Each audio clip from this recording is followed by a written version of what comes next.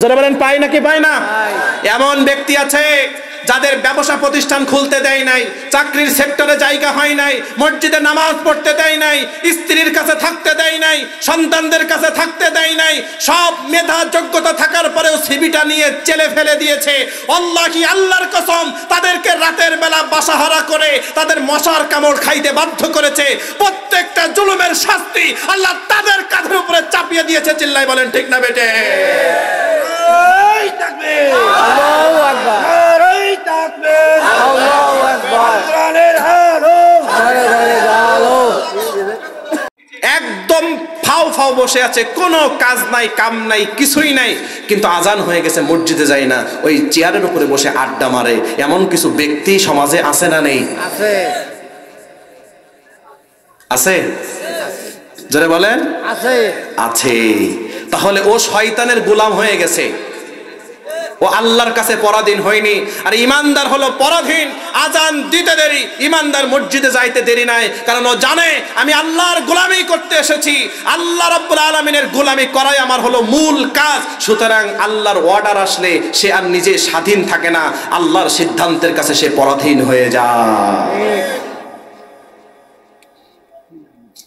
আল্লাহ রাব্বুল আলামিন এবার বলেন, আন আকিমুদ্দিন ওয়ালা তাতাফাররাকু ফিহি, দিন প্রতিষ্ঠার জন্য তোমরা কাজ করবা একে অপরের হাত ধরে সংঘবদ্ধভাবে। ওয়ালা তাফাররাকু ওয়ালা তাতাফাররাকু, তোমরা বিচ্ছিন্ন হতে পারবা না, পৃথক হতে পারবা না, আলাদা হতে পারবা না। এখানে কোনো মতভেদ থাকবে না, মতানৈক্য থাকবে না, মতপার্থক্য থাকবে না। সেটা হলো একমাত্র কোরআন। সুবহানাল্লাহ পড়েন, আর যারা বলেন সুবহানাল্লাহ। এবার একটা আওয়াজ দিয়ে বলেন তো প্রিয় ভাইরা, পৃথিবীর সব আব্দুল জলিল কি কোরআন চায়? না। দাড়ি আছে না নেই? টুপি আছে না নেই? তাই তো মসজিদের খতিব সাহেব যদি হক কথাগুলো বলে, ওই নামাজি ব্যক্তি নামাজের যায় নামাজ থেকে উঠে বলে, হুজুর আপনার আগামী জুম্মা থেকে নামাজ পড়তে আসার দরকার নেই। কেন? উনি তো মুসলমান। আল্লাহ বললেন তাতাফাররাকু ফিহি, কোনো মতানৈক্য নেই, এখানে কোনো মতপার্থক্য নেই। অথচ উনি নামাজি, উনি বলতেছেন না এসব মৌলবাদী জঙ্গিবাদী স্লোগান চলবে না। তাহলে এর জন্য কি আল্লাহর জান্নাত? আমার কথা কি একটু কঠিন হয়ে যাচ্ছে? জোরে বলেন। ওর জন্য আল্লাহ জান্নাত নয়, কারণ নামাজ পড়েছে ঠিক, কিন্তু আল্লাহর কোরআন চাইনি, কোরআন মানেনি, কোরআনের সমাজ চাইনি। তাই ওই ব্যক্তি শয়তানের গোলাম হয়ে গেছে। এমনও দল আছে দেখবেন, মানুষ 30 বছর 40 বছর 50 বছর রাজনীতি করছে, জীবনে একটা বার নারায়ে তাকবীর আল্লাহু আকবার, তোমার নেতা আমার নেতা বিশ্বনবী মুস্তাফা, এই স্লোগানটা তারা দিতে পারে নাই। যদি কেউ ভুল করে ইমানের তাড়নায় স্লোগানটা দিয়ে ফেলেছে, ওই ব্যক্তি বাসায় পৌঁছানোর আগে তার পদত্যাগপত্র বাসায় চলে গেছে। কেন? তুমি দলীয় শৃঙ্খলা ভঙ্গের কারণে তোমাকে পদ থেকে অব্যাহতি দেওয়া হয়েছে। ও নামাজ পড়ে ঠিক, কিন্তু কোরআন দিয়ে সমাজ চলুক এইটা উনি চান না। ওনাকে যদি বলা হয় আল্লাহর কোরআন দিয়ে সমাজ চললে তো সব কিছু ঠিক হয়ে যায়, উনি বলবেন আমি তো একটা রাজনৈতিক দল করি, সব কি মানা যায়? আছে না নাই? অথচ এই মাত্র উনি নামাজ পড়ে বের হলেন। আছে প্রিয় ভাইরা? জোরে বলেন আছে, জোরে বলেন আছে। আছে আছে, তো কি হইল? আল্লাহি আল্লাহর কসম, একটা জিনিস মনে রাখবেন, যার অন্তরে কোরআনের আলো নেই, ওই ব্যক্তিটা যেই চেয়ারে বসবে, যেই দায়িত্বে বসবে, ওই দায়িত্ব, ওই জায়গা, ওই এলাকা, ওই অঞ্চল, ওই মন্ত্রণালয় ও ছোটখাটো একটা জাহান্নাম বানিয়ে ফেলবে। জোরে বলে ঠিক না বেটি? কারণ ওর হৃদয়ে কোরআন নেই।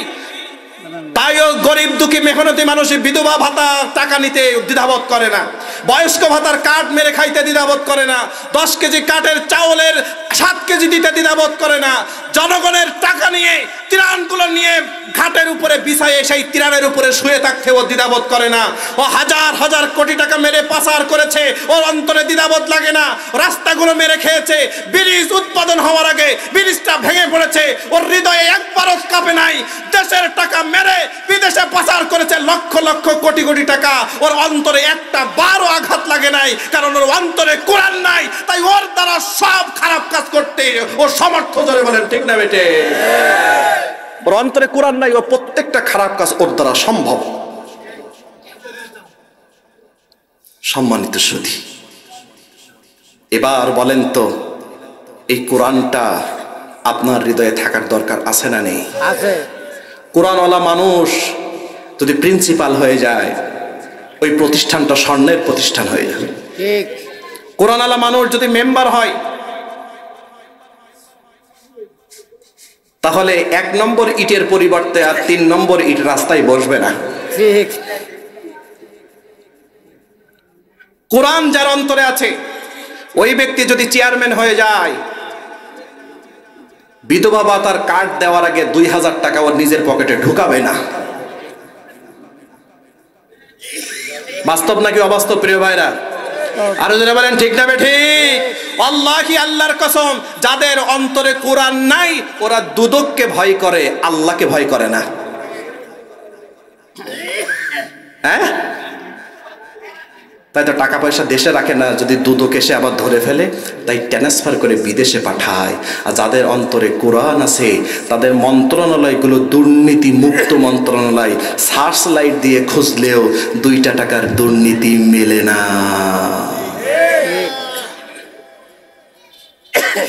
আর আপনি আমিও কি ব্যর্থ? ওই সকল ব্যক্তিদের হাতেই আমরা চেয়ারগুলো উঠিয়ে দেই। যদিও বা এখন দেওয়া লাগে না, যে যার মতো নিয়ে নেয় আর কি। যারা বলেন ঠিক না ঠিক? যে যার মতো নিয়ে নেয়, টিকিট পাইলেই গন্তব্যে চলে যাবে, মাঝখানে আর কোনো বিরতি নেই। আল্লাহ এই ধারা থেকে আমাদেরকে বাঁচান। জোরে বলেন আমিন। আর যারা বলেন আমিন। এটা ওই একই কারণ, যেই ব্যক্তি এই কাজ করছে ওই ব্যক্তির অন্তরে যদি কোরআনের আলো থাকতো, একজন মানুষের অধিকার সে হরণ করত না। এটাও কোরআন না থাকা দায়ী।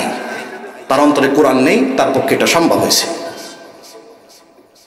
কোরআনের আলো মানুষদেরকে কেমন পরিবর্তন করে একটু বলি আপনাকে।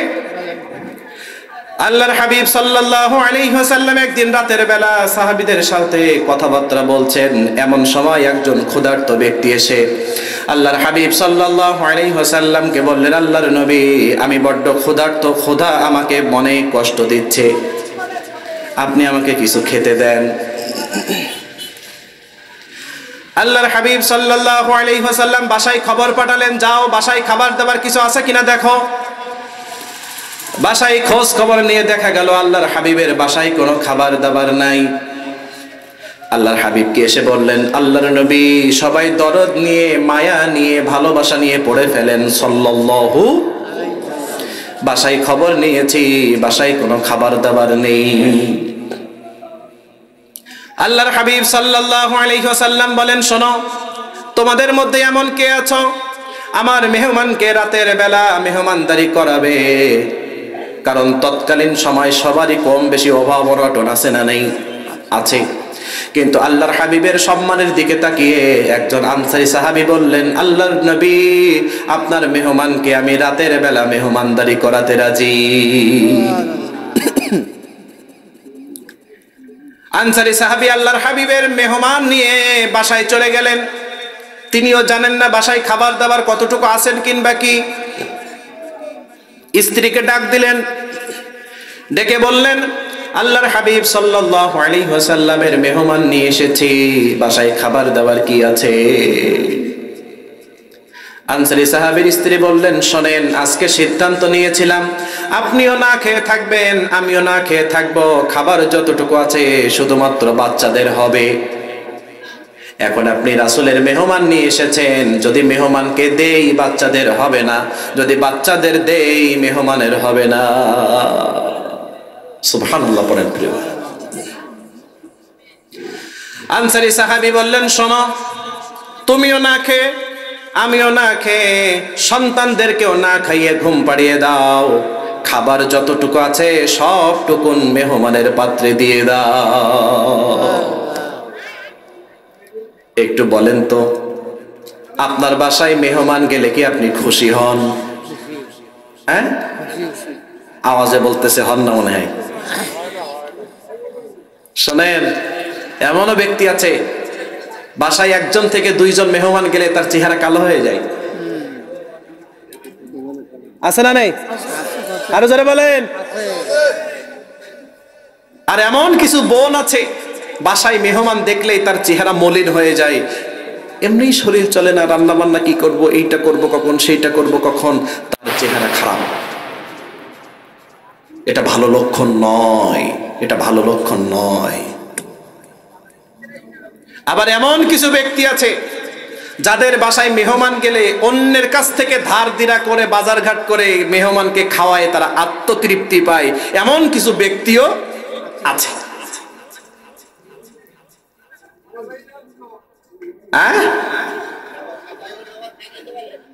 ও কাজা হয়ে যাবে, কয়টা বাজে? 12:30 বেজে গেছে। যাই হোক, একটু ইনশাল্লাহ আমরা আলোচনা ইচিতে দিয়ে চলে যাব। সম্মানিত সুধী, আচ্ছা আমরা কি মোনাজাত দেবো নাকি 2-5 মিনিট? হ্যাঁ, কারা কারা চান মোনাজাত দেব একটু হাত জাগান তো। এই তো ঠিক আছে, হ্যাঁ চালা গেছে না? হ্যাঁ বুঝতে পারছি। আচ্ছা কারা কারা চান আর 2-10 মিনিট চলবে একটু হাত জাগান তো। লিল্লাহে তাকবীর। আল কোরআনের আলো, হাত উঁচু করে রাখেন, ঘুমটুম চলে যাক। আল কোরআনের আলো, তোমার নেতা আমার নেতা, কোরআন আছে যেখানে সব সমস্যার সমাধান। নারায়ে তাকবীর। এই ঠিক আছে তো, তো সমস্যা কি? এখন তো ঠিক আছে। না ওইটা আমার একটু বেশি হয়ে যায় কাকা, বুঝছেন? এখন তো ঠিক আছে। শোনেন, আপনারা বড্ড বুদ্ধিমান, সে কথা আপনাদের পোস্টার দেখেই বুঝে গেছে। আশাশুনি উপজেলার সকল গণ্যমান্য ব্যক্তিবর্গ, আল্লাহ আপনাদেরকে জান্নাতের জন্য কবুল করে নিন। সকলে পড়েন আল্লাহুম্মা আমিন। সম্মানিত সুধী, যারা মেহমানদেরকে সম্মান করেন, আল্লাহর হাবিব তাদেরকে বলেছেন তারা নিরাপদে জান্নাতে চলে যাবে। সুবহানাল্লাহ পড়ে। যেই বাড়ি মেহমান বেশি ওই বাসায় আল্লাহর রহমত বেশি, আর যাদের মেহমান দেখলে চেহারা কালো হয়ে যায় সে বাসায় আল্লাহর রহমত কম। রায়হান কবিরের রুজি আপনি খাইতে পারবেন না, কথা বলেন ঠিক না ঠিক? আর আপনার রুজি রায়হান কবির খাইতে পারবে না। তাই তো প্রধানমন্ত্রীর জন্য রান্না করা খাবার বাচ্চা কাচ্চা যে খায় তার নসিবে থাকে না, ওটা আপনি হিসাবে মিলাইতে পারবেন না। আল্লাহ আয়াতের শেষে বলছেন আল্লাহু ইয়ারযুকু মাইয়াশাউ বিগাইরি হিসাব। আল্লাহ যাকে চান বেহিসাব রিজিক দেন। ও কল্পনাও করেনি আমি মুরগির রান খাবো, আল্লাহ বলে সব তোর জন্য খা। কথা বলেন ঠিক না বে ঠিক? আপনি নিজে চোখে দেখেছেন না তো বিশ্বাস করেন না কেন? সব সময় আপনার বাসায় আপনার জন্য যে খাবার রান্না হয়েছে এমন ঘটনা ঘটে যায় যে আপনার স্ত্রী ভাত দিচ্ছে, ওই ভাতও আপনার খাওয়া হয় না। যদি বলেন ঠিক না বে ঠিক? তো আপনার বাসায় মেহমান আসলে আপনার এত কার্পণ্যতা কেন? আল্লাহ খুশি হয়ে যাবে। সম্মানিত সুধী, আমার কথা কি বিশ্বাস হয়? এটা আমার কথা না, এটা আল্লাহর হাবিবের কথা। সম্মানিত সুধী, প্রত্যেক দিন আমলনামা পেশ করা হয় আল্লাহর কাছে, সপ্তাহে একদিন করা হয়, এবং শাবান মাসে আমলনামা আল্লাহর কাছে পেশ করা হয়। আল্লাহ তাদের আমলনামা কবুল করেন না যারা মেহমানদের সাথে সম্পর্ক ছিন্ন করে, আত্মীয়র সাথে সম্পর্ক ছিন্ন করে, আল্লাহ তাদের আমল কবুল করেন না। কত বড় কথা! তাই তো দেখবেন নিজের বোনের খোঁজ নেয় না, পাতা বোনের বাসায় কাতলা মাছ, মানকচু, মেটে আলু, ট্যাংরা মাছ, চিংড়ি মাছ মাসের পর মাস নিয়ে যায়। নিজের বোনটা অসহায় ও বেঈমান, একটাবার খোঁজ নেয় না। আছে না নাই? ওর আমল নামা আল্লাহ কবুল করেন না। আত্মীয়র সাথে যারা সম্পর্ক ছিন্ন করে, আল্লাহ তাদের সাথে সম্পর্ক ছিন্ন করে। তা আপনি কি দিয়ে জান্নাত পেতে চান? তাই তো দেখেন আনসারী সাহাবীর স্ত্রী কত দিনদার, কত দিনদার, কত দিনদার রমণী তিনি। মা বোনদেরকে বলছি, আপনার বাসায় মেহমান আপনার জন্য রহমত। আপনি কোনো মেহমান দেখে অখুশি হবেন না। বাবার বাসার আত্মীয় আর স্বামীর বাসার আত্মীয় আলাদা করে দেখবেন না, আপনার কপাল পড়বে। কথা বলেন ঠিক না ঠিক? নিজের বাবা মাকে আর শ্বশুর শাশুড়িকে আলাদা করে দেখবেন না। আপনিও শ্বশুর শাশুড়ি হবেন, সেই দিন আল্লাহ আপনার রিজিককে সংকুচিত করে দিবেন। একটা হাদিস বলি প্রিয় ভাইরা, রাগ করেন না, এটা বাবারাও আছেন, মায়েরাও আছেন। আল্লাহর হাবিব সাল্লাল্লাহু আলাইহি ওয়াসাল্লাম বলেন, বাবানি মুআজ্জালানি উকুবাতুহুমা ফিদ দুনিয়া আল বাগি ওয়াল উকুক। আল্লাহর হাবিব সাল্লাল্লাহু আলাইহি ওয়াসাল্লাম বলেন, দুইটা এমন পাপ আছে যে দুইটা পাপের শাস্তি আল্লাহ জীবিত থাকতেই তাদেরকে দিয়ে দেন, আর মৃত্যুর পরে আখিরাত তো আছেই। কয়টা পাপ? দুইটা। মুখস্থ করে নেন, কাজে লাগবে। সরে বলেন কয়টা? দুইটা। আরো জোরে। দুইটা। জোর হলো না? দুইটা। জোরছে বলেন। দুইটা। কখনো যেন না বলেন, মুখস্থ করেন। দুইটা পাপ, যেই পাপের শাস্তি আপনি জীবিত থাকতেই পাবেন। তার এক নাম্বার হলো আল বাগিউ, সেটার নাম হলো জুলুম। কি? জুলুম। আরো জোরে বলেন। জুলুম।